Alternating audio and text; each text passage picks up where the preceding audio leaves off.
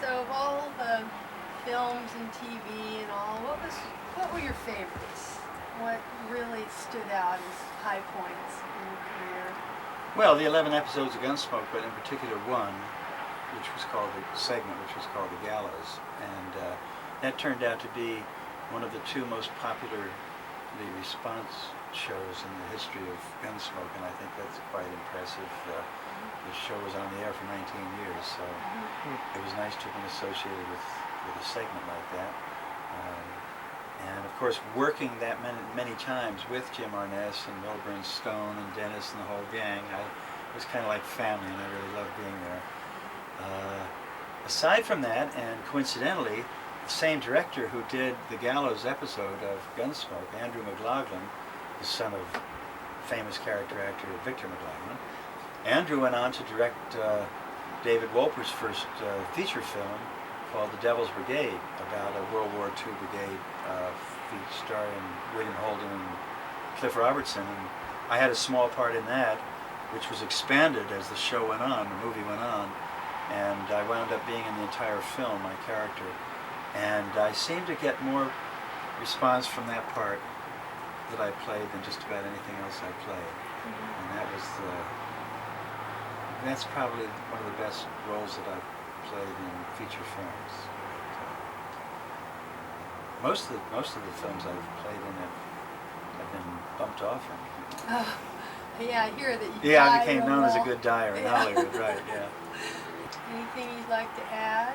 Anything Well, that's on your mind these days? I'm a doctoral student at the Institute for Advanced Study of Human Sexuality now. I'm going to get my doctorate in education, I hope, and to be able to carry on the whole concept of sex and aging. And in particular, I'm involved now in setting up and producing a series of videos that are directed toward men, but not specifically men by any means, because we're talking sexuality here. And so what I would like to do is a series of educational videos on sex and aging for the male. That's my goal right now. Yeah, seems necessary in Yeah, this it time. does.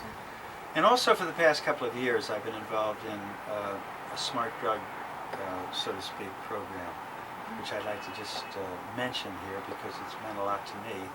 In the last couple of years, about 2 or 3 years ago, I was introduced to a book called Smart Drugs and Nutrients, and discovered that there are ways nowadays that we old people I'm talking about now,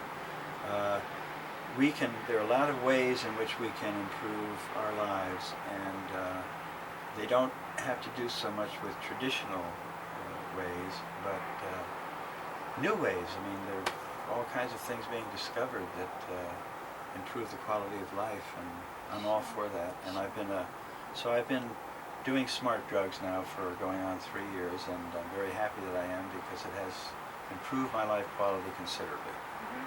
Among other things, pleasure. Yeah. The medical profession has never been into pleasure, ever. Right. You have never had a doctor tap your knee with a hammer and say, "Does that feel good?" Never. They're always looking for problems. And what I've discovered in getting my education in human sexuality, I've discovered that this runs rampant in that area, that the medical profession will create problems in order to solve them. And that's something that I'd like to debunk if I can in my future messages to people. I can give you a quick example. Men and aging aging men have erection problems. Well, who created the problem, and why is it? Are we, as old men, supposed to be behaving like 20-year-old men? I don't think so. I think we can make adjustments as we go along in our lives that make it pleasant for us as well as for our partner. And I don't think it has anything to do with keeping a 20-year-old erection going, or anything like that. I think there are other ways you can find out to be intimate with your partner, and that's not required. But it seems as if there's been such hype about it through the years that the medical profession has jumped on it and said, "Hey, we can help you. We can get it up for you, keep it up for you. And if you have problems, all I ever heard about were problems. And I kept saying, wait a minute, are these really problems?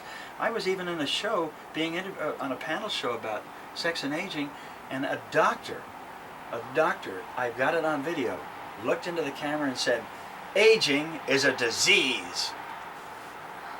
I couldn't believe I heard that. I was offended, deeply offended. I've never been happier in my life as an old man. And yet, he's sitting there telling me that I'm diseased because something's happening to me that happens to every other species on the planet. You know, it's so ridiculous, this entire concept of life extension, if you'll excuse me for saying so.